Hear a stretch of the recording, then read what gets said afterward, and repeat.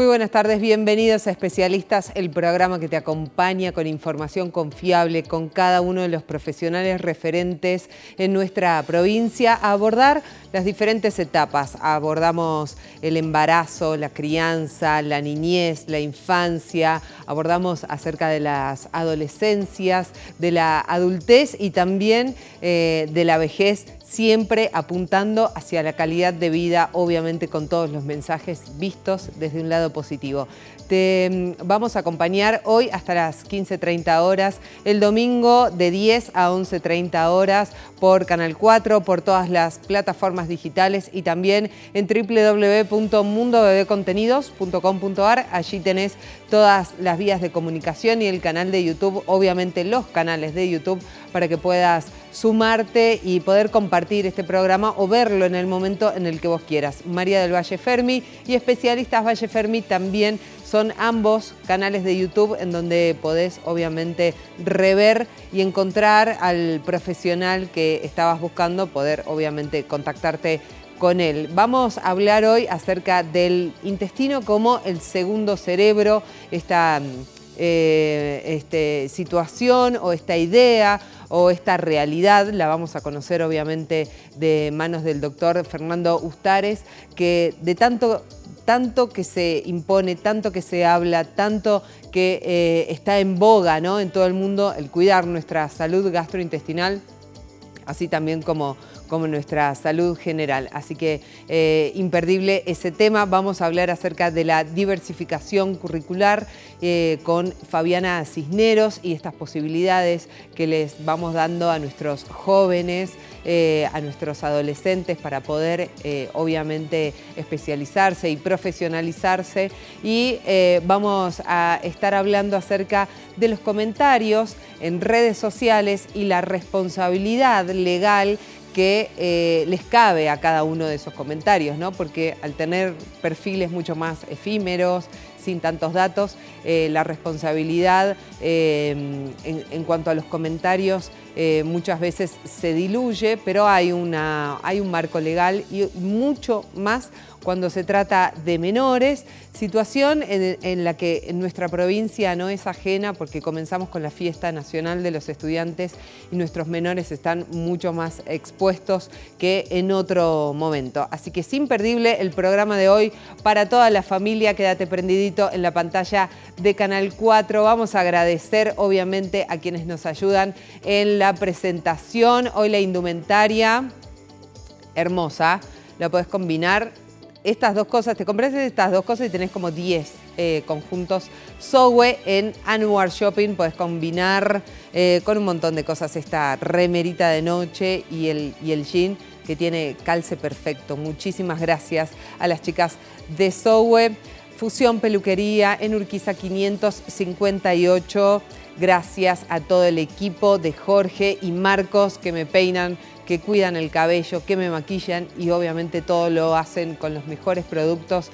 Gracias a Milán Manicure Studio por la belleza de manos también y por toda la seriedad con la que aborda su trabajo en Patricias Argentinas 341. Todos estos lugares además los encontrás en redes sociales. Al doctor Fernando Soler, Boadas de Soler Clínica Estética en Avenida Ilia 563 y al doctor Esteban Salazar Reinaldi de Salazar Reinaldi Hair Restoration en Avenida España 1528, primer piso A. Gracias a La Orquídea por siempre brindarnos los mejores arreglos florales para nuestra escenografía, que ya los van a ver, están preciosos en esta ocasión, así que muchísimas gracias. Vos quédate prendidito en la pantalla de Canal 4 porque comienza Especialistas de esta manera.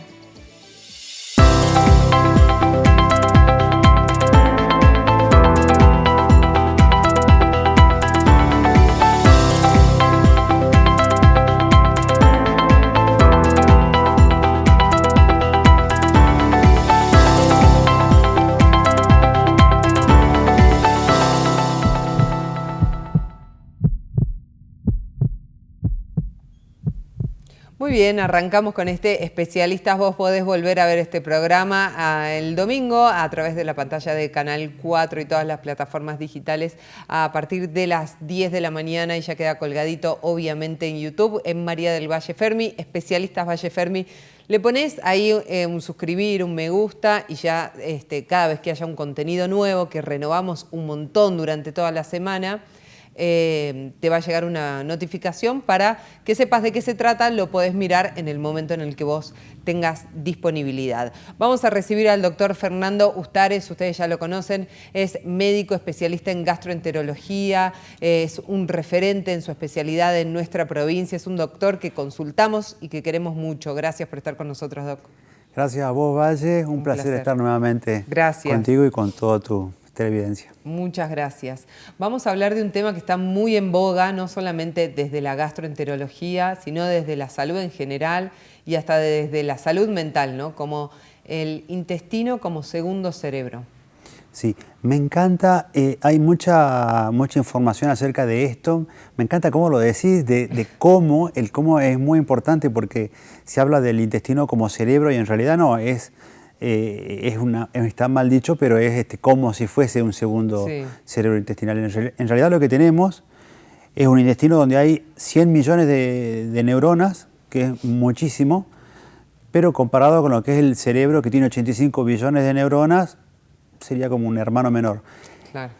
Este cerebro intestinal está muy intercomunicado bidireccionalmente con el cerebro y es así como tanto cuando nosotros tenemos una emoción, esa emoción puede manifestarse a nivel digestivo, eso todo lo hemos vivido en algún examen, por ejemplo, donde ante ese estrés tenemos síntomas digestivos y al revés, cuando tenemos problemas digestivos podemos tener manifestaciones a nivel del sistema nervioso como puede ser depresión, ansiedad, etc.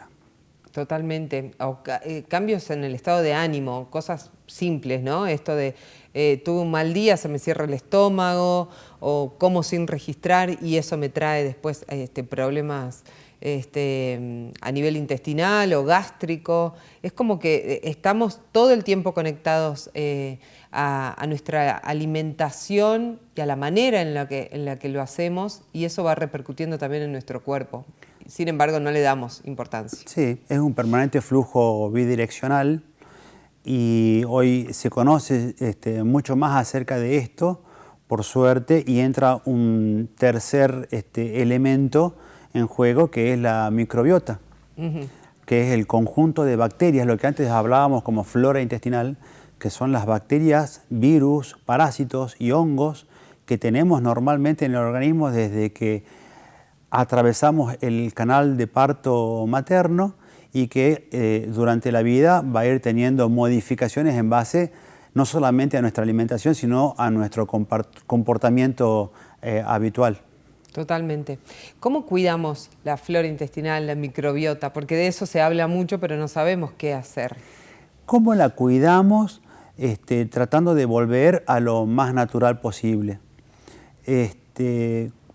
Cuando consulto a un paciente donde sospechamos clínicamente o en base a algunos estudios que hoy tenemos al alcance de que el paciente tiene un trastorno en la flora, inicialmente lo que yo recomiendo es hacer como un reposo digestivo, donde volvemos a la base en la alimentación, donde bajamos lo más posible los hidratos de carbono, donde bajamos lo más posible los alimentos multiprocesados y con esa base, pasando el tiempo, empezamos nuevamente con la reincorporación y vemos hasta qué punto el paciente tolera.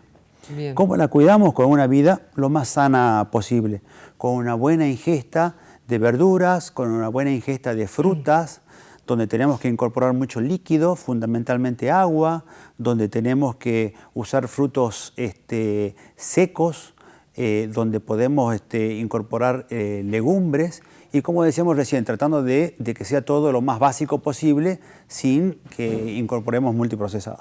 Totalmente. ¿La flora intestinal o la microbiota se reconstruye? Se reconstruye, así como se modifica cuando nosotros nos alimentamos mal o no hacemos actividad física, o hacemos dietas que son inapropiadas para una buena flora intestinal, se puede reconstruir en base inicialmente a dieta de reposo digestivo, dieta básica, y a eso se le puede incorporar antibióticos que son regeneradores, y se puede indicar también probióticos, que son compuestos de bacterias que van a ir seleccionando a una flora intestinal más sana. Y ahí una palabra clave, ¿no? Que fue como el enemigo, o en realidad fue el vehículo en donde empezamos a hablar de flora intestinal, que es los antibióticos. Siempre que estaba una indicación de antibióticos nos decía, bueno, puede ser que tengas estos síntomas, entonces trata de alimentarte de determinada manera como para cuidar. Sí. Fue esa nuestra primera idea, ¿no? Ya hace un tiempo. La disbiosis causada o la diarrea relacionada con antibióticos fue lo primero que se fue descubriendo como efecto sobre la flora intestinal. Hoy, por suerte, se sabe mucho más y se sabe de que no solamente los antibióticos, sino, como decíamos recién, nuestra vida moderna nos lleva a cambios en la flora intestinal, en el microbioma, que muchas veces no son favorables para nuestra salud. No solamente digestiva, no solamente digestiva, sino también extra digestiva. Muchas veces no solamente enfermedades donde por ahí están relacionadas con el estado anímico de la persona, o enfermedades por ahí banales, si podemos hablar de banalidad en salud, sino por ahí enfermedades serias. Hoy por hoy se ha relacionado patrones de flora intestinal, de microbioma, con el desarrollo de algunas enfermedades, como puede ser la enfermedad de Parkinson. Se ha relacionado con el autismo, o sea que hay enfermedades neurológicas que tienen su propia flora intestinal, que las podría estar relacionando la depresión y la obesidad también, a la cual tanto nos dedicamos nosotros en el consultorio, la diabetes. Hay un montón de enfermedades que no son digestivas, pero que también por ahí podría estar relacionadas con la virus. Y hoy por hoy se sabe cuál es ese mapa microbiológico que tienen estos pacientes con esta enfermedad. Posiblemente el día de mañana la cura o la mejora de estas enfermedades podría llegar a pasar por el lado de manejar la flora intestinal. Bien. La flora intestinal íntimamente relacionada con la alimentación y con cómo. Volvemos a usar el cómo. Sí. Exactamente, relacionada con, no solamente nacemos con una genética que nos determina qué tipo de microbioma vamos a tener, y es como un documento de identidad, la flora que cada uno tiene, como o con nuestras huellas dactilares. Cada uno nace, exactamente. Y con el tiempo nosotros la vamos a ir modificando con nuestra manera de proceder en la vida, con la alimentación, o con la actividad física, o con los medicamentos que vamos atravesando, o enfermedades que vamos atravesando durante la vida. Pero que se puede recuperar y se puede volver a una flora intestinal sana. Bien.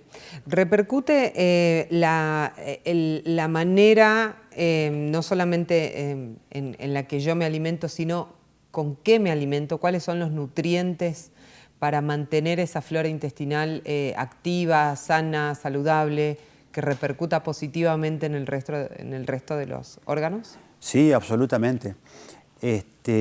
Hay una dieta en particular que se llama dieta mediterránea, que es una dieta que ha demostrado que no solamente mejora la microbiota, sino que te mejora la calidad de vida y la cantidad de vida.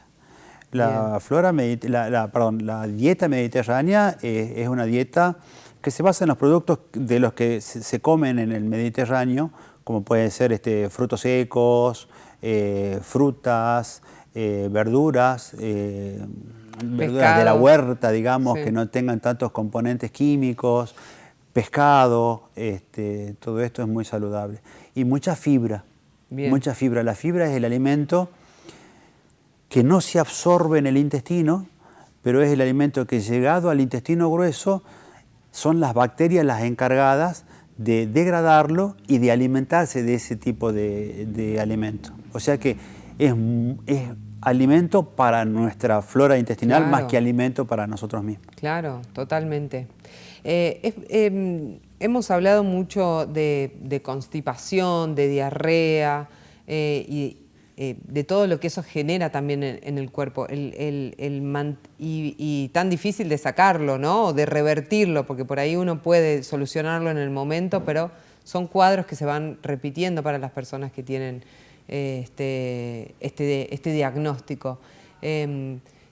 Es por el lugar en donde se encuentra, por cómo afecta nuestra flora intestinal, en cómo va a repercutir, y es tan difícil algo simple de poder erradicar de nuestro día a día. Sí, cuando me hablas de diarrea y de constipación, a mí se me ocurre por ahí pensar diarrea, constipación y alternancia de diarrea y de constipación, que esto es muy característico de la gente que padece de colon irritable, que es la enfermedad digestiva más frecuente. El 30% de la población mundial sufre del síndrome de colon irritable. Se basa en un aumento de la sensibilidad del intestino a diferentes estímulos, como puede ser comidas, como puede ser cansancio, infecciones, medicamentos, uno o varios de estos estímulos que son muy frecuentes en la vida.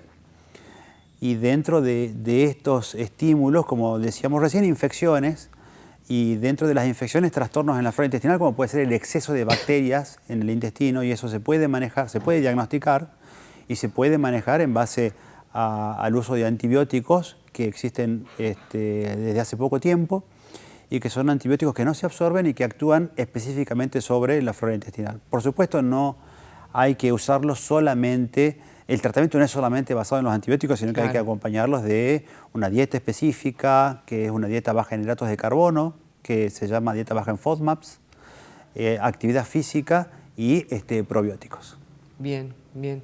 Y es fundamental poder hacer estos cambios de raíz, ¿no? Para poder tener una solución continua, definitiva, entre comillas. Sí, es importante que el cambio sea gradual, que sea placentero para el paciente, que no sea un sacrificio para toda la vida, que sea multidisciplinario, es decir, de que por ahí en el consultorio uno de entrada puede al paciente darle recomendaciones de alimentación, pero es muy bueno también que derivarlo con alguna nutricionista que esté familiarizada con este tipo de patologías, para que puedan hacer la dieta, como te decía yo, básica, y en base a eso ir reincorporando de a poco los alimentos y ver hasta qué punto el paciente tolera. Totalmente.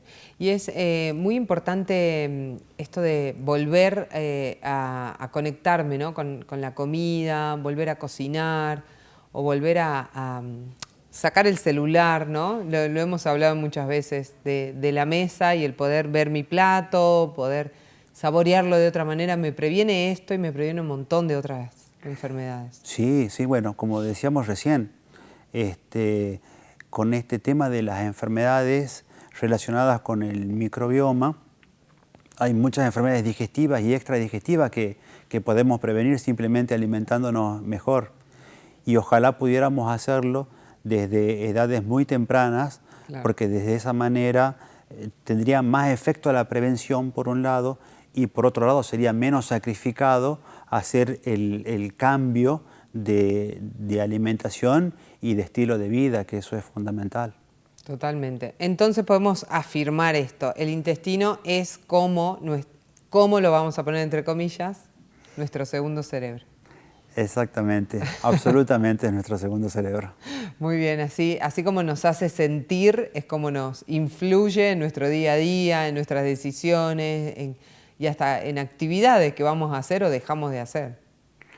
Exactamente. Es que en el intestino tenemos un montón de componentes que son indispensables para tener una buena salud.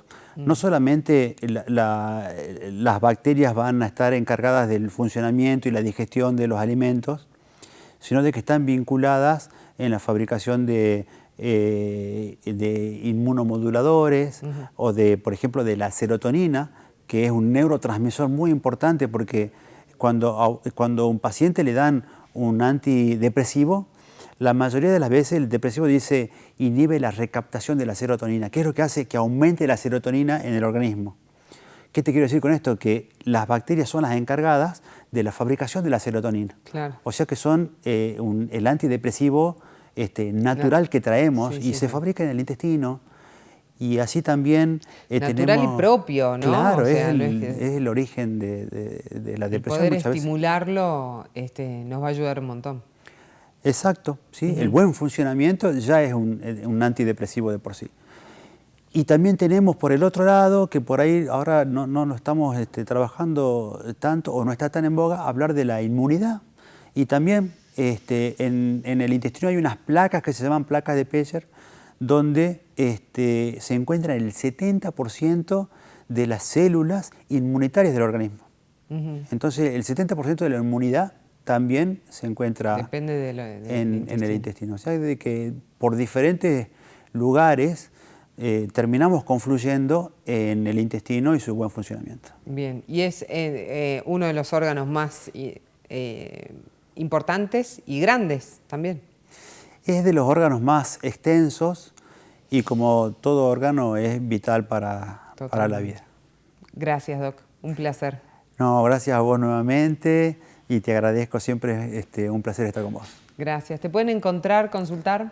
Me pueden encontrar en IGEO, Gastroenterología, Endoscopía y Obesidad, en José de la Iglesia 1515, al frente del Club Tiro. Muy bien, un placer. Que tenga buena semana, Doc.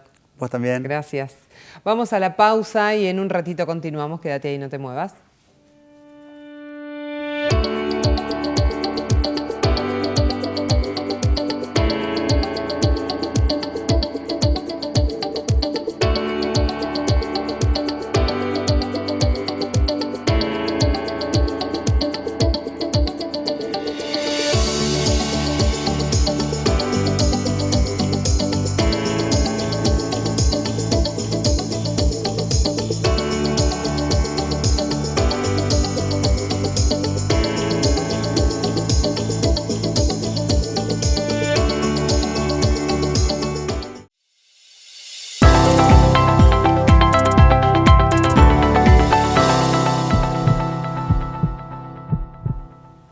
Continuamos con este Especialistas. Vos podés volver a ver este programa en nuestro canal de YouTube, en María del Valle Fermi, en Especialistas Valle Fermi, en nuestra web www.mundobcontenidos.com.ar, en Instagram, en Facebook. También te podés comunicar con nosotros y te pasamos obviamente los datos del profesional que necesitas consultar para que pueda ayudarte, obviamente, a resolver este problema.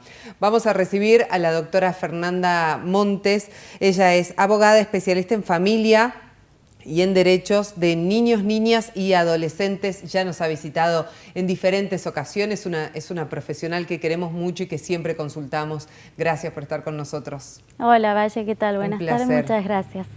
Hablábamos en diferentes programas acerca de cómo la tecnología avanza de tal manera que va invadiendo privacidades, hogares, ámbitos escolares, ámbitos sociales, ¿no? Entonces, cada vez desde más chiquitos los chicos acceden a redes sociales, a un teléfono.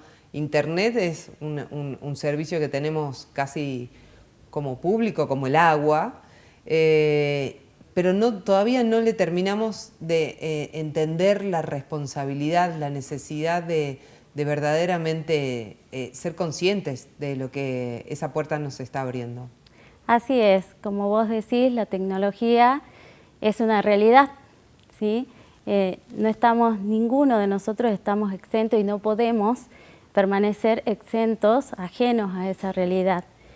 Pero bueno, ¿qué pasa con nuestros chicos y chicas que ellos todavía no tienen la capacidad de discernir, por lo menos los de la primera infancia, entre lo bueno, lo malo, lo que está bien, lo que no, qué es lo que debo hacer y no? Para eso estamos los adultos, para acompañarlos en este camino, en este aprendizaje e ir acompañándolos y guiándolos en el uso de la tecnología. No podemos desconocer que la tecnología le brinda muchas herramientas de aprendizaje, un espacio social, de recreación, pero a su vez los chicos se ven expuestos al usar esa tecnología a diversos riesgos y somos los adultos los que tenemos que estar atentos. Y vos fíjate, Valle, cómo ha ido cambiando esto, que antes las familias se juntaban en las casas y compartían álbumes de fotos, alguna historia, alguna anécdota familiar. Hoy nosotros mismos, los padres, los exponemos a nuestros hijos, te decía recién, por lo menos los más chiquitos, sin la autorización de ellos, porque nosotros los padres somos los que subimos a las redes sociales fotos de nuestros hijos en algún acontecimiento, es decir, ya no buscamos esa reunión familiar, sino que a través de un clic inmediatamente compartimos con nuestra familia, con nuestros allegados, algún momento especial de nuestros hijos, sin dimensionar cuál es la responsabilidad que nosotros como papás tenemos al difundir esas imágenes y, por supuesto, en la mayoría de los casos, sin consultarles a ellos si están de acuerdo o no. Entonces, ¿qué responsabilidad y cuál es el límite que tienen los padres en relación a las publicaciones que hacemos respecto a nuestros hijos? Si bien es cierto, es un acto lícito, porque está permitido, es parte de la expresión, de la libertad de expresión y del ejercicio de nuestra responsabilidad parental, pero tenemos que saber que eso también va generando ciertas consecuencias, porque todo lo que subimos nosotros en la nube no vuelve más. Y muchas veces nosotros no tenemos los recaudos suficientes para cuidar la privacidad y saber hasta dónde o con quién queremos compartir estas imágenes. Y claramente también eso acarrea consecuencias en la identidad digital de nuestros hijos, porque nuestros hijos no eligen qué fotos postear, ¿sí? Entonces, de repente, cuando ellos ya tienen la edad suficiente y la madurez suficiente para ser titulares de una red social o de una cuenta de Facebook, de Twitter, se dan con que ya tienen una historia, una trayectoria creada por los propios padres. Entonces, ¿hasta qué punto está bueno irrumpir en la privacidad de ellos, violar esa identidad, esa privacidad? Porque de repente ellos te pueden cuestionar por qué publicaste esta foto que hoy me genera ciertas consecuencias. No nos olvidemos que los chicos también usan estas redes sociales para acosar a otros chicos, es lo que se conoce como el ciberbullying. Entonces, muchas veces los chicos se ven expuestos en razón del accionar de los padres a que otros chicos usen estas imágenes o estos comentarios que mamá y papá hicieron en relación a sus hijos y son víctimas realmente de algunas injerencias y algunos comentarios que no están buenos y que terminan afectándolos gravemente. En muchas ocasiones traen consecuencias psíquicas de notable importancia. Totalmente. Y los datos, por ahí no somos conscientes de la cantidad de datos que subimos en una imagen que para nosotros es habitual, ¿no? O es totalmente inocente. Mi hijo termina el secundario, la primaria, el jardín, y yo, súper orgullosa, subo la foto de él, Juanito, sos mi orgullo. Puse el nombre, puse qué edad tiene, sin ponerlo, ¿no? Claro. ¿A qué colegio va? ¿A qué colegio ¿Quiénes va? son sus compañeros? Quizá. Es así, nosotros no nos damos cuenta, porque lo hacemos en forma genuina, Claro, ¿no? Sin ninguna mala intención, por lo menos nosotros los que no somos los famosos. Los que son famosos por ahí tienen un fin económico, nosotros no. Pero no nos damos cuenta de que esos datos que nosotros hemos subido, esa foto, aporta datos. Y hay personas que están a la expectativa de esos datos y pueden generar situaciones que nosotros no dimensionamos y riesgos para nuestros hijos de los que no se vuelve más. Entonces muchas veces, y hay situaciones realmente complejas en donde se ha detectado que la imagen de los chicos de acá de la Argentina están circulando por China, en algunas páginas de pornografía infantil, en algunas páginas en donde están organizándose para la venta de los chicos, para apropiarse de la identidad de los chicos. Entonces nosotros tenemos que ser conscientes del contenido que nosotros estamos mandando a esa red social, a esa nube, y poner un límite, saber qué vamos a publicar y sobre todo, a determinada edad consultar también con nuestros chicos, claro, porque nosotros somos el ejemplo para ellos. Muchas veces nosotros nos quejamos de que los chicos hacen un uso inapropiado de estas redes sociales, pero también qué ejemplo le estamos dando nosotros como papás, como responsables de la identidad de ellos, por lo menos en la primera infancia, de preservar la identidad, la imagen, la dignidad de ellos. ¿Qué mensaje le estamos dando con nuestro propio accionar? Totalmente. Ni hablar con los comentarios, ¿no? Muchas veces son ellos los que eligen ya en una edad un poco más avanzada, en la adolescencia, que o son ofensivos o aportan algún otro dato, o no, se arman como dinámicas o se muestran dinámicas que quizás son íntimas a niveles que no dimensionamos. Masivos, así es.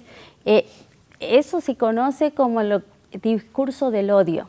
Entonces, no podemos decir que las redes sociales facilitan el discurso del odio porque claramente las redes sociales también reflejan los valores que cada uno de los usuarios tienen en la vida real. Entonces, si yo en mi vida cotidiana no tengo la costumbre de tratar mal a otro, de ser agresiva, ¿por qué lo haría en una red social? Ahora bien, también es cierto que detrás de esa red social generalmente hay un anonimato que me da cierta libertad para hacer comentarios inapropiados. Y generalmente los chicos, sobre todo los adolescentes, que lamentablemente no tienen una base sólida, una familia que los acompañe en esa construcción ciudadana, son los que más propensos a generar ciertos comentarios que tienden a dañar a otros pares y generan graves consecuencias psíquicas, incluso emocionales, de angustia, autolesiones, incluso hasta el suicidio. Entonces, nosotros como adultos tenemos que cuidar qué hace mi hijo en la red social, por supuesto desde un ámbito de confianza. Claro. Nunca nosotros podemos decir si espíale el celular cuando él se vaya al colegio o fíjate qué hace, métete a sus redes sociales, porque eso también le da un mensaje negativo a nuestro hijo. Lo que tenemos que hacer es crear un vínculo de confianza para que podamos charlar de todos estos temas. Pero para eso también los papás tenemos que estar informados de qué son las redes sociales, cuáles son las plataformas que están usando nuestros hijos, a qué están expuestos.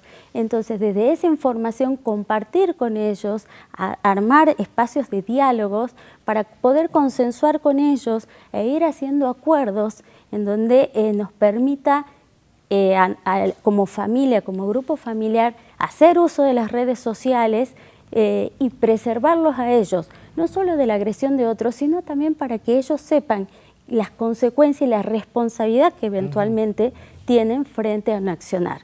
Entonces, se dice que hay 3 tipos de riesgos cuando nosotros usamos las redes sociales. Los riesgos de contenido, ¿qué está viendo mi hijo? Los riesgos de contacto, con quién se contacta a través de esas redes sociales, y los riesgos de conducta, qué hace mi hijo en esa red social, cómo interactúa con el otro. Eventualmente ese accionar provoca un daño y bueno, hay determinadas edades en donde ellos ya deben asumir sus responsabilidades y nosotros como papá responsabilizarlos y concientizarlos de que deben comportarse siempre en el respeto al otro, porque son graves las consecuencias que esto genera. Pensaba, antes era un llamado de atención en el colegio y te llamaban, ¿no? Es cuando te peleabas con algún compañero, cuando faltabas el respeto a algún docente, o cuando se armaba alguna pelea fuera del aula, en el recreo o afuera del colegio, inmediatamente te enterabas de esa manera. Ahora nos tenemos que, quizá esas mismas conductas físicamente no están habilitadas, pero de alguna manera sí están presentes, porque en la virtualidad yo me peleo, agredo, discuto, y quizá tengo valores que no están siendo buenos para con la otra persona, Así ¿no? es.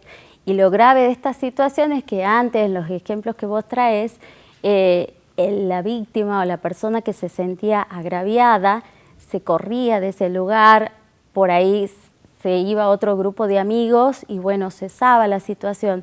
Pero ahora, ¿cómo haces para salir de las redes sociales, para invisibilizarte vos víctima en esa red social?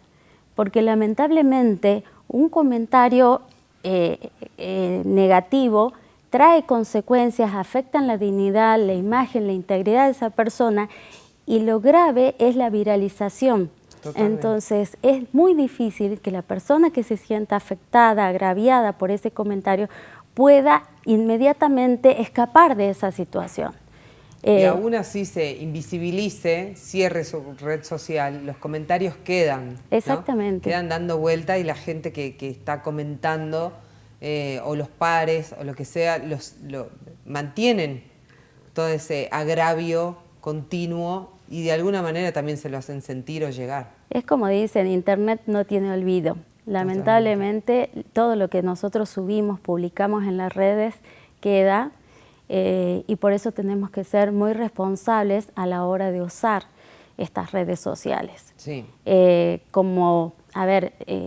Las leyes en la vida cotidiana garantizan y protegen el derecho a la intimidad, a la dignidad, al honor, a la imagen, y también lo hacen en Internet.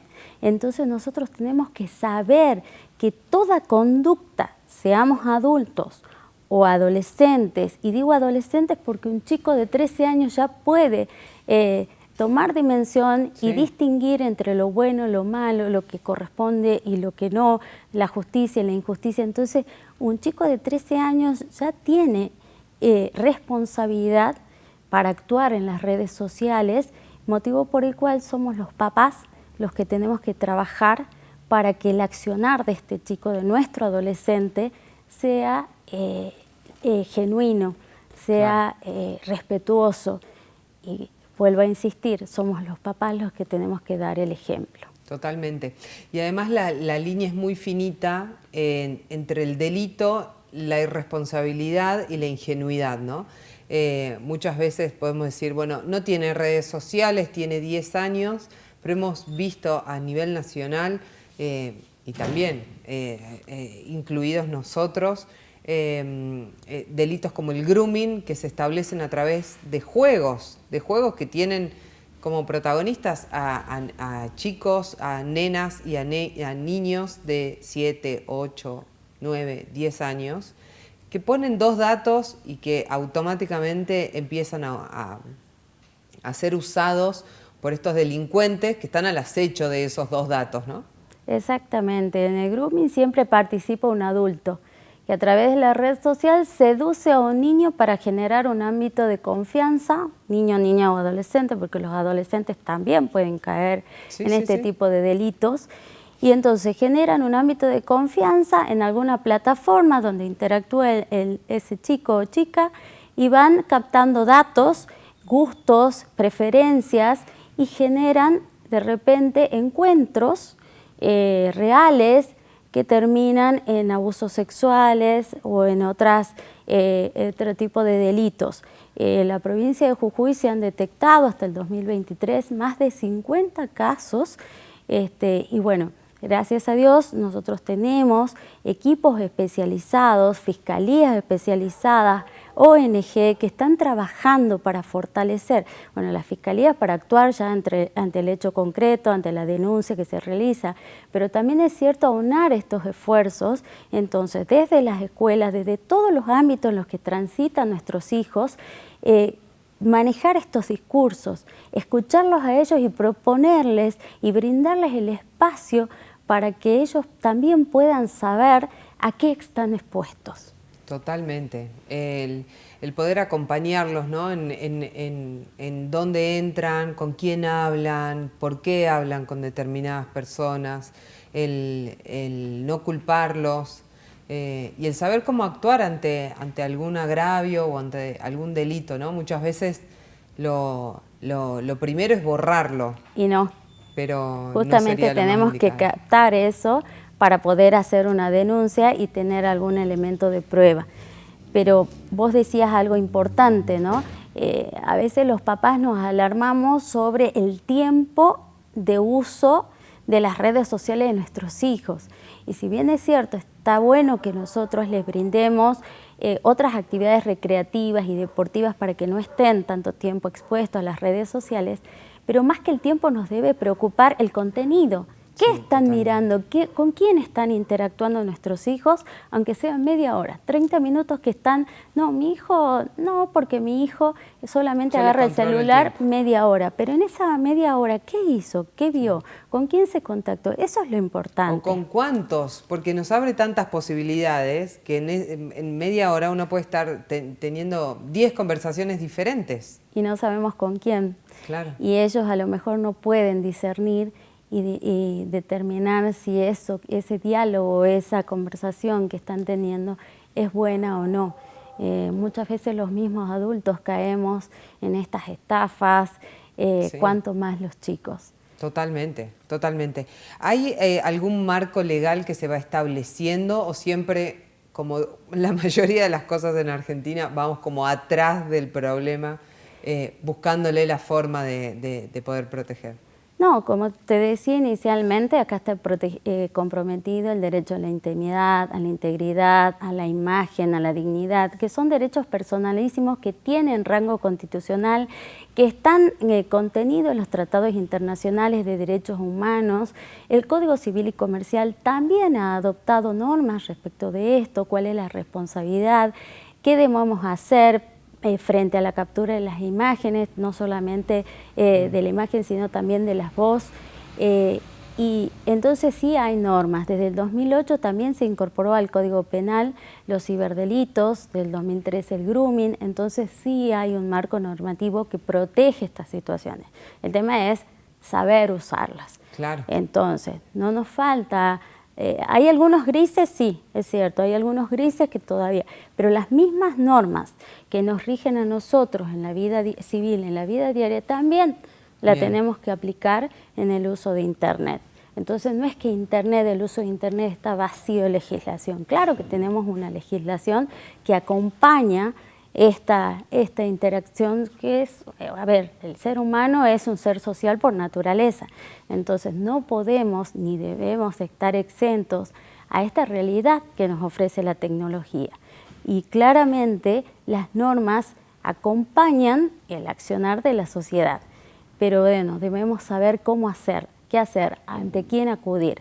Saber que estas acciones que vos decías en el grooming están sancionadas, que se puede hacer la denuncia, acudir. El acoso, ¿no? El También. acoso. Yo puedo tener un amigo, un par, una persona, un desconocido, que a través de un perfil falso todo el tiempo me agravie. Exactamente.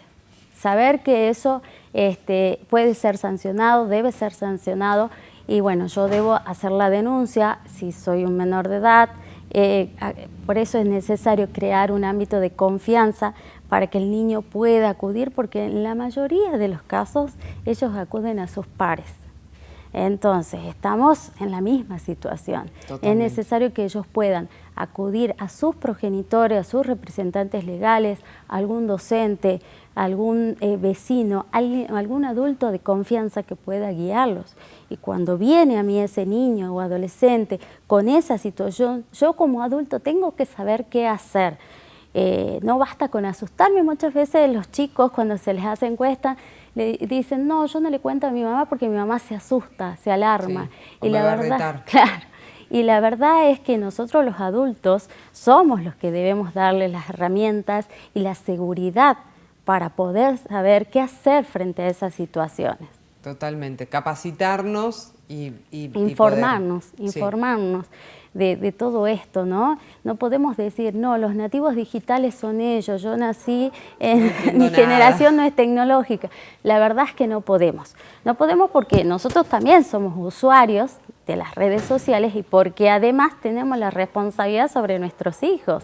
Claramente. Entonces no podemos permanecer ajenos a estas tecnologías de información y de comunicación y debemos saber qué hacer, frente a qué estamos expuestos todos y con mayor razón los niños, niñas y adolescentes. Totalmente, y el poder hablar de estos temas, el poder empezar a prepararnos, el saber, esta es mi falencia, yo no sé acerca de esto, pero voy a buscar, ¿no?, información confiable, voy a ver cómo resguardar los datos de mi hijo, cómo ayudarlo a mantener una cuenta segura en una red social, a no poder recibir solicitudes, no sé, de personas que no conozca físicamente, buscar esas herramientas que sí están para poder resguardarlo, porque si no es meterlo adentro de la casa y como afuera cada vez que salís te pegan una piña, mejor no salís nunca más, ¿no? Claro, vos fíjate que también hay blogs de padres Sí. en donde comparten este tipo de información, no sé cómo hacer, me pasa esto. Entonces, y también se da a través del uso de las redes sociales. Entonces Claro. me conecto con otros padres para que podamos intercambiar experiencias y de tal manera enriquecernos y fortalecernos en nuestro rol frente a nuestros hijos y las redes sociales. Las redes sociales, tenemos que decir que no es mala, es una herramienta sumamente poderosa, que como te digo es una biblioteca, es un cine, es un espacio de recreación, o sea, con un clip tenemos acceso a todos estos espacios, pero tenemos que saber cómo usarlos y no solamente para garantizar nuestra privacidad, nuestra intimidad, sino también la de nuestros hijos. Claro que sí. Muchas gracias, Fer. No, Un por placer. favor, por favor. Vaya. ¿Te pueden encontrar, consultar? Al 3884-121812 o en General Paz 619, planta alta. Muy bien, gracias. No, por favor, un placer. Vamos a ir a la pausa con Fernanda Montes, pero todavía tenemos un montón de programa. Quédate ahí, no te muevas.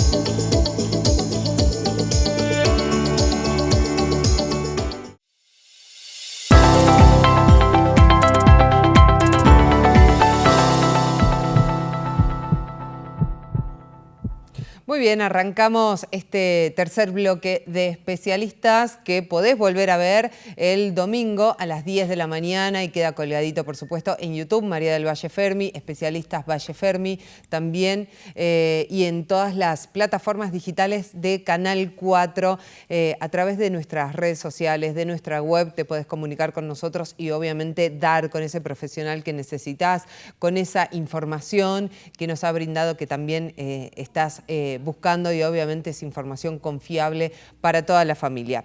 Vamos a recibir a la licenciada Fabiana Cisneros, Cisnero, digo bien, ella es nuestra psicopedagoga, es una profesional que queremos mucho, que nos habla siempre de diferentes temas desde la profesión, pero además con una mirada muy amorosa, así que muchas gracias por estar nuevamente con nosotros. Un placer. No, El placer es mío, Valle. Muchas gracias por la invitación. Gracias. Fabiana es licenciada en Educación Especial y psicopedagoga y hoy vamos a hablar acerca de la diversificación curricular. Sí. ¿Qué es?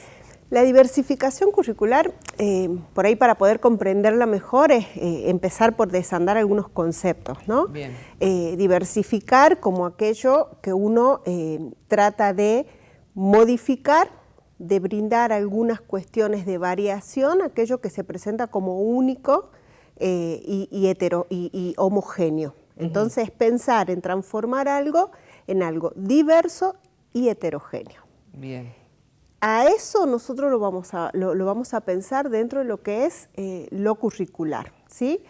Nuestro diseño de educación de la provincia, nuestro diseño jurisdiccional, nos trae una propuesta muy interesante. ¿Por qué? Porque invita a hacer esa mirada desde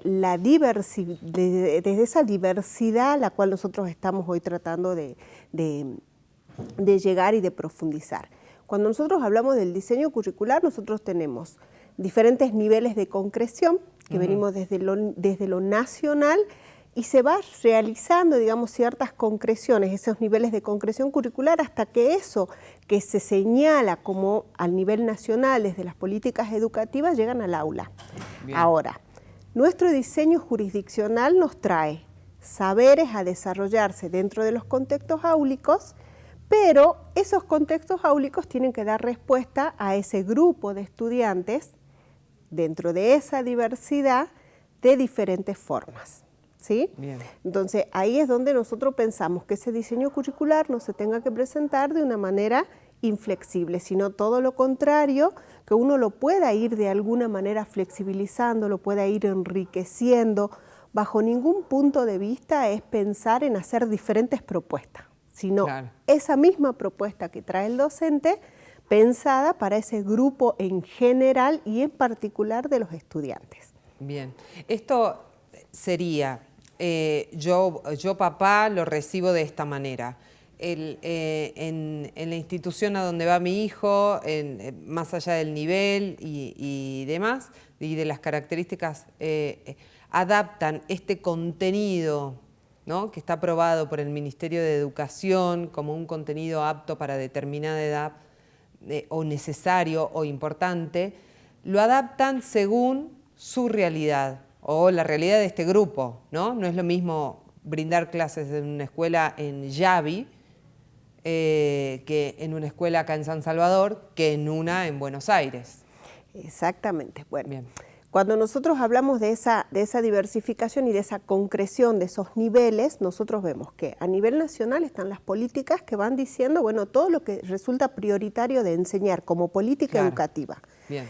A nivel provincial se desarrollan estos diseños, nuestro diseño jurisdiccional, y a partir de ahí todo lo que es la propuesta a nivel, el tercer nivel sería el nivel educativo, el escolar, ¿sí? La escuela, en ese contexto, para dar respuesta a esa población, va a hacer esa selección y va a ir priorizando qué de todo esto que se viene a enseñar resulta siendo más importante para desarrollar dentro del proyecto institucional, ¿sí? Ese proyecto educativo institucional.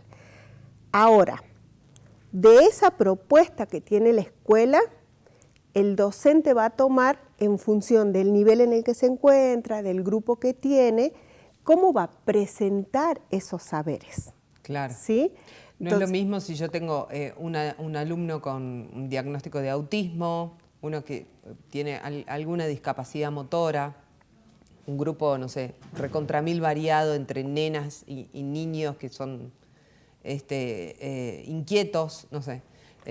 Dispersos, desatentos, desorganizados, con poca motivación hacia el aprendizaje. O muy quietos. Los que son muy quietos, los que son demasiado interesados, los que son, o sea, esa diversidad de la que uno habla dentro del aula es la que nos remite a pensar, digamos, en toda esta cuestión de la neurodiversidad, ¿no? Entonces, cuando nosotros vamos a trabajar sobre ese diseño y pensar que debe ser flexible para este grupo de estudiantes que me está demandando diferentes ritmos, me invita a mí como docente a pensar en las estrategias y en esa diversificación que yo tengo que hacer de ese saber. Cómo esto que yo pretendo enseñar lo voy a presentar, lo voy a trabajar y voy a brindar las posibilidades para que todos los estudiantes, desde sus estilos de aprendizaje, puedan incorporarlo. Claro. ¿Sí? Teníamos un ejemplo que lo dio otro profesional que también hablaba acerca de los adolescentes y la poca confianza que tienen en la educación formal, y él decía, hoy los docentes ya, o él como docente ya no les pide informes escritos, porque con la inteligencia artificial los informes salen en 34 segundos, exactamente tal cual uno los pidió, ¿no? Entonces, la dinámica está en hacer un podcast, en ponerle la voz, en ponerle la creatividad. Es esto, ¿no? Es esto. En romper con este parámetro con el que yo venía trabajando para adaptarme a este grupo. Es esto. Es precisamente pensar con qué estrategias yo voy a romper y voy a dinamizar la enseñanza para que todos puedan demostrar en función de las habilidades que tienen esto que estamos tratando de aprender, ¿no?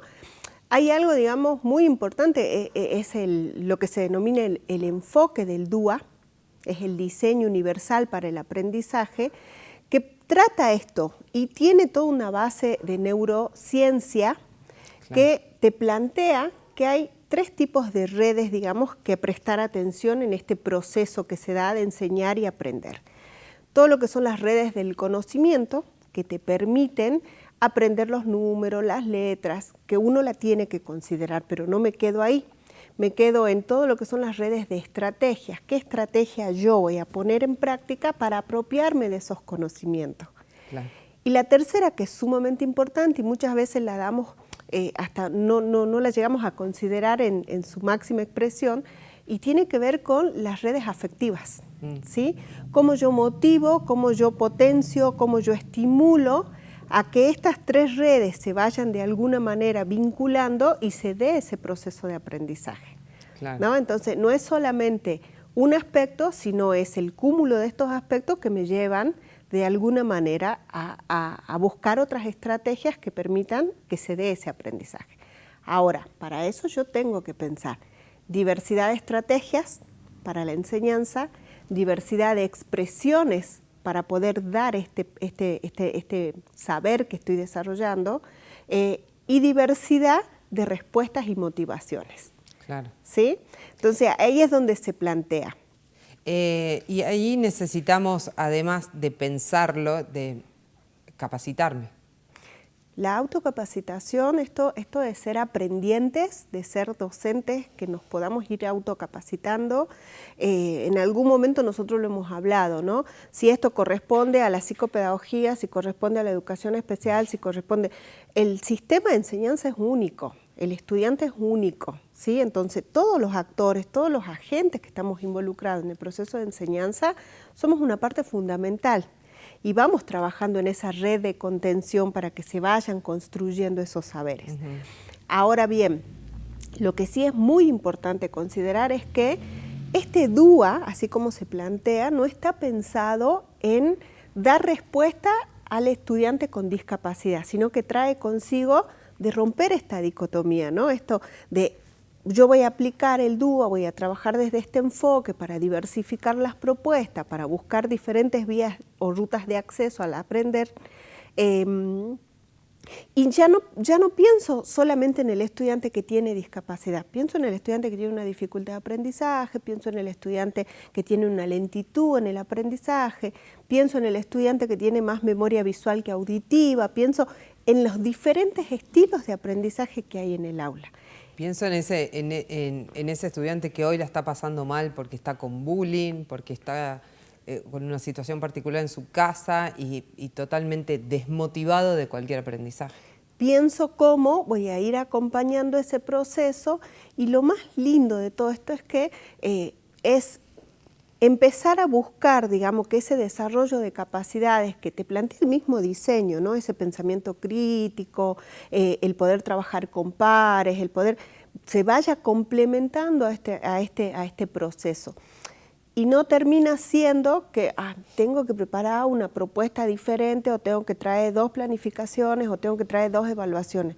Es un mismo saber, es una misma propuesta pensada desde diferentes aristas para que los niños, llámese Claro. niño, adolescente, el estudiante pueda ir de alguna manera tomando como opción con la que mejor se sienta y con la que más cómodo se encuentre.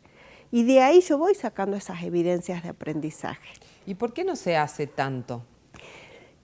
Mira, ¿Cuesta mucho, digamos? y en realidad pasa de que nosotros los docentes hemos sido formados con esta cuestión bien enciclopédica, ¿no? Esta cuestión bien, empezamos acá, terminamos acá y continúa lo otro, entonces vamos rompiendo esa estructura, se va trabajando en poder acompañar a los docentes. De hecho, la mirada de la inclusión, la mirada de esa propuesta, esa educación inclusiva, viene puntualmente para trabajar con ese docente. Para que ese docente tenga las herramientas, para que ese docente se sienta fortalecido, para que ese docente vaya viendo, digamos, cómo se va fortaleciendo en sus prácticas inclusivas y va favoreciendo todo el desarrollo de aprendizajes en todos, ¿no? Claro. Es mirar esa diversidad para poder abordarla de una manera diversificada. Y ese diseño, que lo podamos ir diversificando. Hay muchos autores que te hablan de esto, ¿no? Cuando un diseño se prescribe de manera exacta y a rajatabla, es un diseño que no incluye, es un diseño que termina excluyendo al que no puede. Y si uno piensa en propuestas o en estrategias para la mayoría, siempre va a haber una minoría que quede excluida de esa propuesta, ¿no? Es pensar en todo sin que haya ninguna minoría por fuera. Claro, totalmente. Y sin fecha de vencimiento también podríamos, porque hoy la demanda de los chicos, más allá de los diagnósticos que puedan tener o no tener, sino las situaciones y la necesidad que ellos expresan, que ellos están compartiendo, ¿no? en un ámbito de aprendizaje, es tan grande, es tan importante, que si no los captamos como adultos ahí, no los captamos en nada. No. Los captan, como hablábamos en el bloque anterior, las redes sociales en otra cosa, nada que ver. Exactamente. Bueno, las redes sociales, las nuevas tecnologías, son algunas de las propuestas, digamos, que mira el DUA, ¿no? Traer las tecnologías para ese buen uso, para buscar información, para esto del TikTok, esto de, estoy en una escuela donde están trabajando con un taller de radio. No, ¿Sí? ni hablar. Yo me acuerdo el año pasado, hablando con mi hijo, en ese momento 14 años, estábamos hablando de algo y ninguno de los dos sabía el dato exacto, ¿no? Y entonces me dice, pará, yo voy a preguntar. Y le miro así el teléfono, ¿quién es Zoe? ¿A quién le estás preguntando? Claro, él ya tenía bajado, internalizado, recontra remil usado y probado la inteligencia artificial y la consulta a la inteligencia artificial, y lo tenía ya como un contacto agendado. Yo recién hace 2 semanas creo que estoy con la inteligencia Bueno, artificial. te gano, llevo 3. Claro. Bueno, pero tiene que ver con esto. Los chicos en términos de tecnología, en términos de aplicación, están 10 pasos antes que nosotros. Sí, sí, sí. Y por ahí me parece que a los adultos, a los docentes sobre todo, los que no somos más aguerridos en ese tema, tendemos como a seguir apegado a lo tradicional. O estamos tan ocupados que no nos ocupamos de... Claro, pero por ahí vos fíjate que es más fácil traer ya preconfigurada una evaluación, ¿sí? Que por ahí pensar en una instancia evaluativa lúdica de esto que te decía de la radio, ¿no? O sea, vamos a trabajar todo lo que es, y hasta multidimensional, ¿no? Vamos a trabajar todo lo que es la comprensión, la comunicación, el buscar información, el poder transmitir, el hacer un reportaje, el buscar la noticia, el escribir una noticia. Son un montón de aspectos que se pueden trabajar por proyectos, y de hecho en esta escuela de la que te hablaba, ellos evalúan desde esta propuesta de proyectos. Claro. ¿No? Entonces, cada área va haciendo su aporte. De evaluación, exactamente, ¿no? va haciendo no en su un aporte. acto Exactamente. específico. Y este enfoque invita a que si yo enseño de manera diversificada, también evalúo de manera diversificada, ¿no? No solamente la evaluación escrita, la evaluación formativa, la evaluación procesual, la evaluación a través de actividades, diferentes propuestas que se pueden dar rompiendo esa estructura, rompiendo esa mirada tradicional de la que nosotros venimos muy acostumbrados y que en cierta medida nos resulta hasta cómodo, ¿no? Porque totalmente, ya estamos... muy naturalizado. Yo pensaba en las evaluaciones cuando yo iba a la primaria o al secundario, eran, no sé, hoy lección. Y estaba el que levantaba la mano y salía y con total elocuencia daba toda la lección.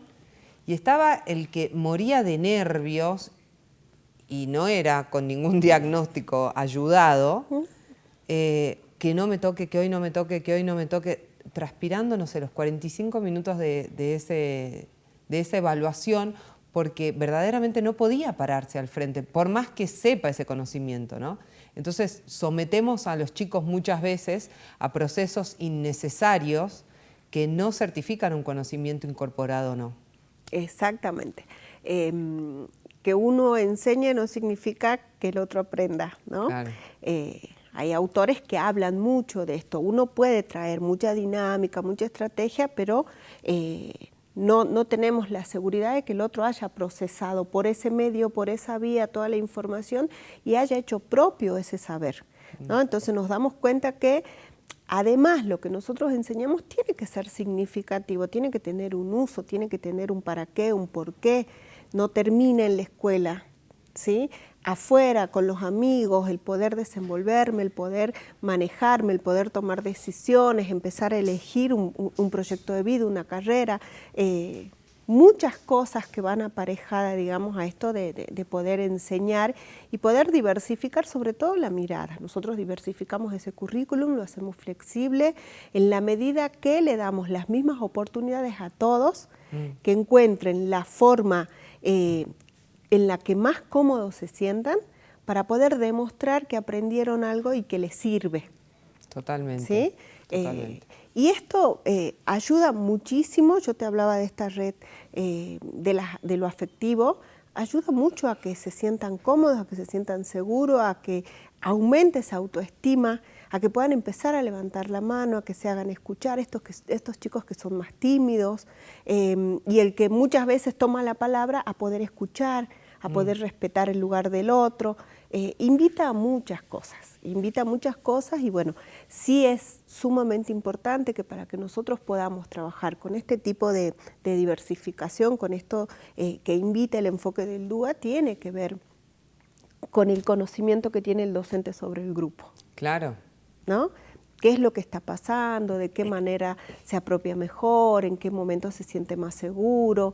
Y de repente si yo veo que se pone nervioso... ¿Cuáles son los intereses de ese grupo, no? Si yo veo que se pone nervioso para algo y bueno, vamos a trabajar, no sé, con el TikTok, vamos a mandar por medio de un video lo que estamos buscando, diferentes propuestas y estrategias que permitan abrir. Claro, claramente.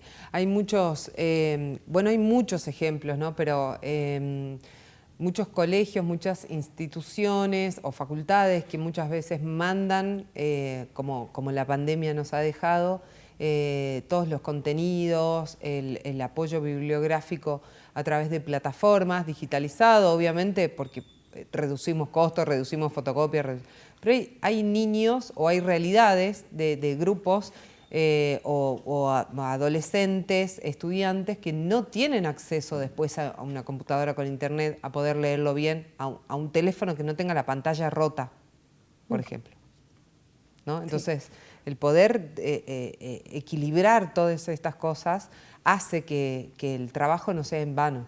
Exactamente. Ahí es donde uno habla de, bueno, a ver, si el estudiante no tiene el acceso al celular, no tiene para cargar los datos, ¿qué otra propuesta hay? ¿No? Claro. Bueno, vamos a trabajar en grupo. Y si este estudiante tiene dificultad o se siente incómodo para la exposición en grupo, y va a ayudar a hacer toda la puesta en acto de todo lo que después vamos a exponer. Y ese estudiante se encargará después de ir recapitulando todo lo que hemos hecho Claro. para poder dar una explicación de lo que hicimos. O sea, es ir mirando ese perfil, ese estudiante, cómo se desempeña, cómo se desenvuelve para poder sostenerlo en el proceso de aprendizaje. Totalmente. Qué necesario que empiecen todos los docentes a hacerlo, ¿no? Por más que muchas veces sabemos que los docentes van de un colegio a otro en sus jornadas laborales, pero bueno, el moverse de la zona de confort hace lo mismo. En realidad todos los trabajadores vamos de un trabajo a otro. Exactamente, exactamente. Y yo siempre les digo a los docentes, ellos son los que tienen el conocimiento, ¿sí? Ellos son los específicos, ellos son los que saben qué es lo que van a enseñar. Ahora con esta mirada veamos cómo, Claro. porque eso es pensar cómo enseño a este estudiante, cómo evalúo a este estudiante, ¿no? Y no cerrarnos, no seguir cerrándonos en todo lo que es más tradicional. Seguramente de esa manera también tendremos, ¿no?, menos deserción, menos estudiantes que repiten, menos estudiantes que van renegando al colegio, menos faltas, Sí. porque yo tengo un grupo más involucrado, ¿no?, que disfruta más de las clases. Exactamente, sí. Disfruta más de la clase, se siente más contenido, se siente más partícipe, se siente escuchado, se siente valorado, ¿no? Desde lo que puede ir haciendo. Y seguramente esto va a ir también mejorando sus habilidades lingüísticas, intelectuales, las cognitivas, esto de poder desarrollar, organizar la información, planificar cómo la voy a llevar adelante, cómo la voy a ejecutar de mejor manera, y si no conseguí el resultado que esperaba, poder reformular los pasos de ese plan para poder modificar y buscar otros resultados u otras alternativas. Entonces, habilita mucho, ¿sí? Pero bueno, tenemos que pensar nosotros, los docentes, de una manera diferente y no centrarnos en que si de 3 trabajos prácticos solamente me presentó 1. ¿Por qué no presentó? Porque la ¿Qué es lo carpeta que completa. pasó? ¿Qué es lo que pasó? Exactamente. Sí, sí, ¿No? sí, Es totalmente. eso. Aunque sabemos que nosotros tenemos, digamos, de todo lo que es educación, tenemos cuestiones administrativas a cumplir, que responder, que hacer informes, que calificar, que cerrar bimestres, Que también trimestres. deberían evolucionar, ¿no? Exactamente, sí, que también tendríamos que ir mirando y vamos tratando de acompañar el proceso. Por ahí nosotros tenemos cambios desde la teoría que son mucho más ricas o más fuertes que desde la práctica misma, ¿no? Claro. Tenemos mucho de qué hacer y cómo hacer, pero la realidad nos invita muchas veces a frenarnos de muchas formas. Totalmente. Yo siempre pensaba en la... bueno, esto no sé si entra específicamente ahí, pero en la planificación anual. He visto o he escuchado docentes que copian y pegan la del año anterior, total, porque la tengo que presentar. Y quizá en el año, o del año anterior a este, muchas veces los temas ya no son los mismos, los intereses no son los mismos, la problemática con la que están atravesando hoy, no sé, los adolescentes de hoy con no sé, el acceso al encontrar, no sé, el conseguir marihuana es mucho más relevante, ¿no? El poder saber qué significa todo eso, cuál es la problemática que hubo un año acá en Jujuy, bueno, en todo el país también, en donde la marihuana se usaba de ingrediente para hacer chistes, ¿no? Claro. Entonces no se abordan esos temas que quizá surgen, uno no tiene por qué saberlos, pero no tenemos tampoco ese lugar, o no sé si tienen como docentes ese lugar, a decir, bueno, esta planificación la hago hasta acá, porque también muchas veces pueden suceder temas de interés y de impacto ya para nuestro grupo. Cuando se dan esas situaciones emergentes, por lo general, invita a esto, a romper, a frenar, Ya. a abordar, a trabajar, a llevar algunas acciones desde la institución. Yo recién te hablaba de estos niveles de concreción curricular, ¿no? Eso también tiene que ver con que esta respuesta que tiene que dar esta institución ¿sí? Porque en el contexto hay venta de estupefacientes, porque en el contexto hay violencia, entonces ahí es donde se le da prioridad a estos emergentes, ¿sí? Y como institución, como equipo directivo de gestión y docentes, empiezan a buscar las estrategias para dar respuesta. Y eso invita a modificar la planificación. Por eso es que yo te decía, bueno, en esos niveles de concreción, uno piensa lo que la política educativa o la política nacional marca, pero también cuando va decantando hasta llegar al aula, uno va haciendo esas prioridades de enseñanza y esa diversificación, ¿no? Totalmente. Entonces, cuando estas situaciones sacuden a la escuela, sacuden el contexto, sacuden nuestros estudiantes, tenemos que mirar esas propuestas para poder enriquecerlas, para poder modificarlas. Por recién marcabas algunos aspectos que ya no son los mismos estudiantes ya no son los mismos. Claro. ¿No? Entonces, no es mismo este grupo que el que tuve el año pasado ni el que vendrá. Yo no soy la misma. Entonces, todo el tiempo estar haciendo esos ajustes y pensar sobre esa diversificación, qué es lo que voy a proponer, cómo lo voy a proponer. ¿No? Claramente. Y hay otra realidad que yo te estoy exprimiendo, Fabi, gracias. No, por favor. Hay otra realidad que a mí como madre me sorprende mucho, que me parece también que tiene que ver con nuestra provincia. No desconozco si en otras provincias está, solamente en algunas sé que no, y es el éxodo masivo de estudiantes de un mismo curso, porque se fue mi amiga Juanita, que sí tenía un motivo real, yo, él, y se van de repente 6 de un curso a otro colegio absolutamente. Y los recepcionan como si nada, y los dejan ir también como si nada. Los papás también, obviamente, bueno, sí, porque se fue Pedrito y entonces todos queremos irnos. Bueno, te están buscando, es necesario que esté en un lugar donde se sienta como... No nos está haciendo ruido como sociedad estos cambios tan radicales de colegios y en grupo. Y hay toda una cuestión alrededor, ¿no? Los que ya han podido hacer su grupo de amigos y porque se fue mi amiga me voy con ella, ahora... Ahí es sentarnos y empezar a pensar y a dialogar en esos diferentes contextos. En el familiar, ¿por qué me quiero ir? Sí. ¿No? Desde casa, ¿por qué nos vamos a cambiar? ¿Te vas a cambiar? ¿A qué colegio? ¿Por qué? ¿Cuál es tu necesidad de cambiarte? Por ahí ir apuntando, digamos, también con los chicos en este posicionamiento y en ese pensamiento para tomar estas decisiones. Los adultos, cómo lo vamos acompañando y cómo los vamos a avalar, ¿no? Desde casa. ¿Y cómo vamos a validar esa necesidad que él tiene? Exactamente. Y en la escuela, ¿y por qué se van? ¿Qué es lo que está pasando? ¿Qué es lo que sienten? ¿Qué es lo que no estamos haciendo?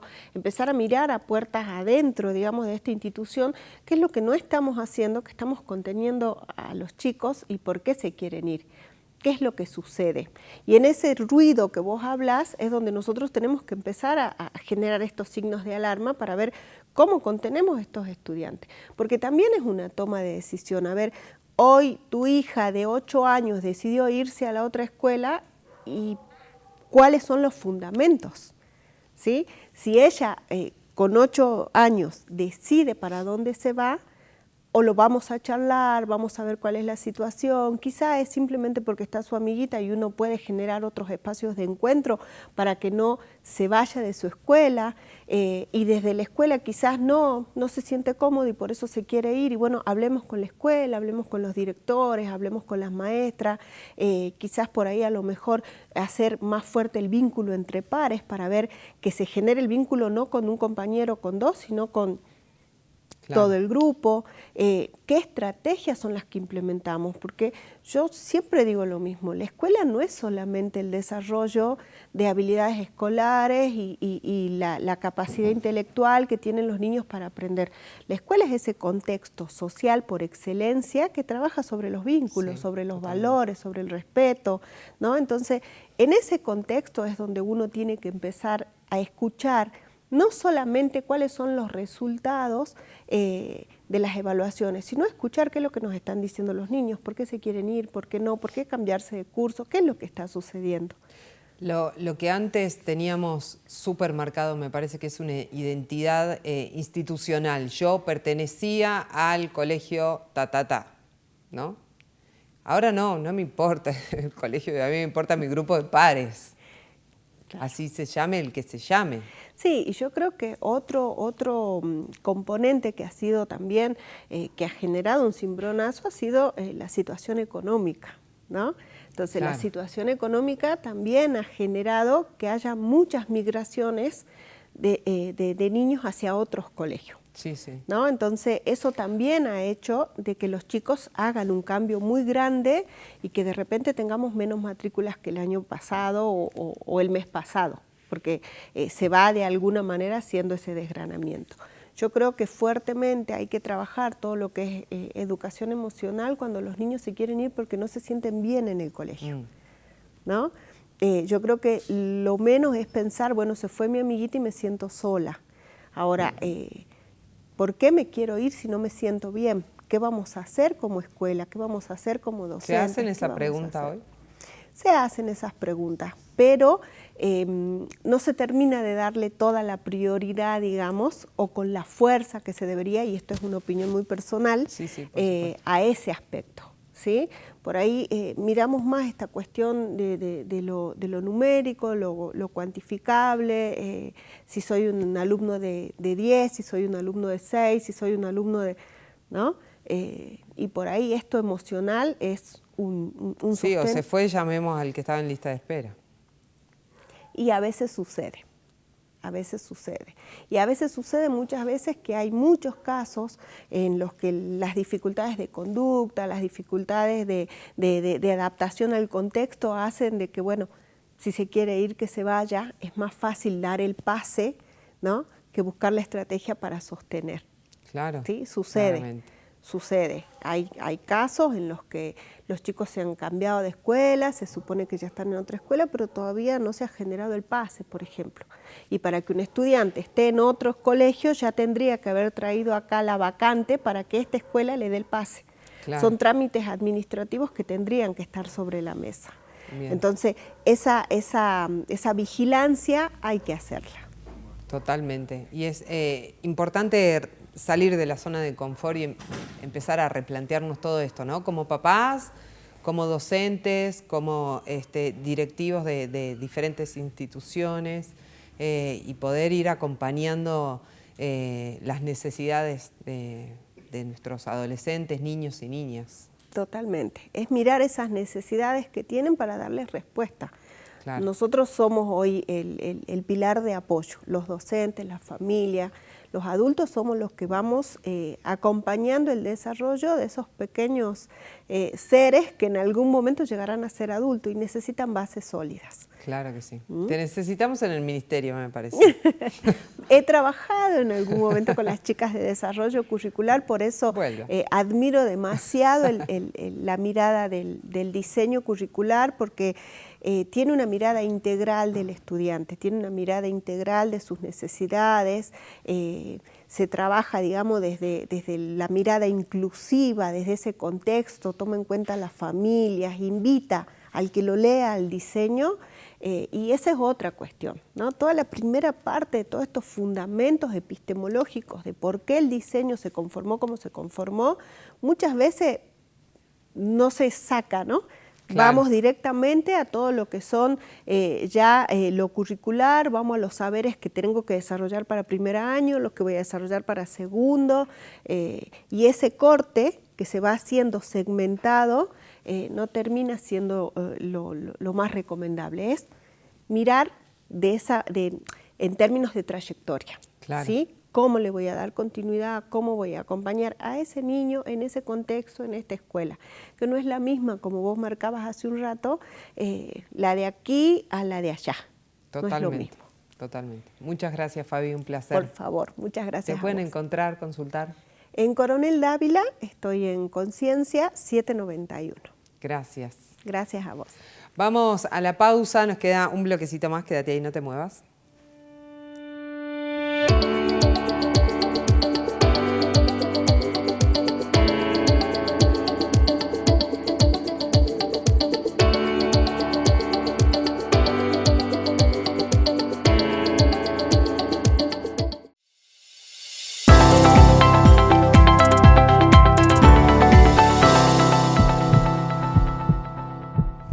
Muy bien, último bloque de este Especialistas y obviamente queda nuestra web disponible para que vos puedas ingresar y encontrar todos los datos de las redes sociales, de los programas en YouTube, de la guía de profesionales, las revistas que vamos subiendo todos los meses y obviamente las notas recomendadas para que puedas ir leyendo y compartiendo con la persona que vos consideres.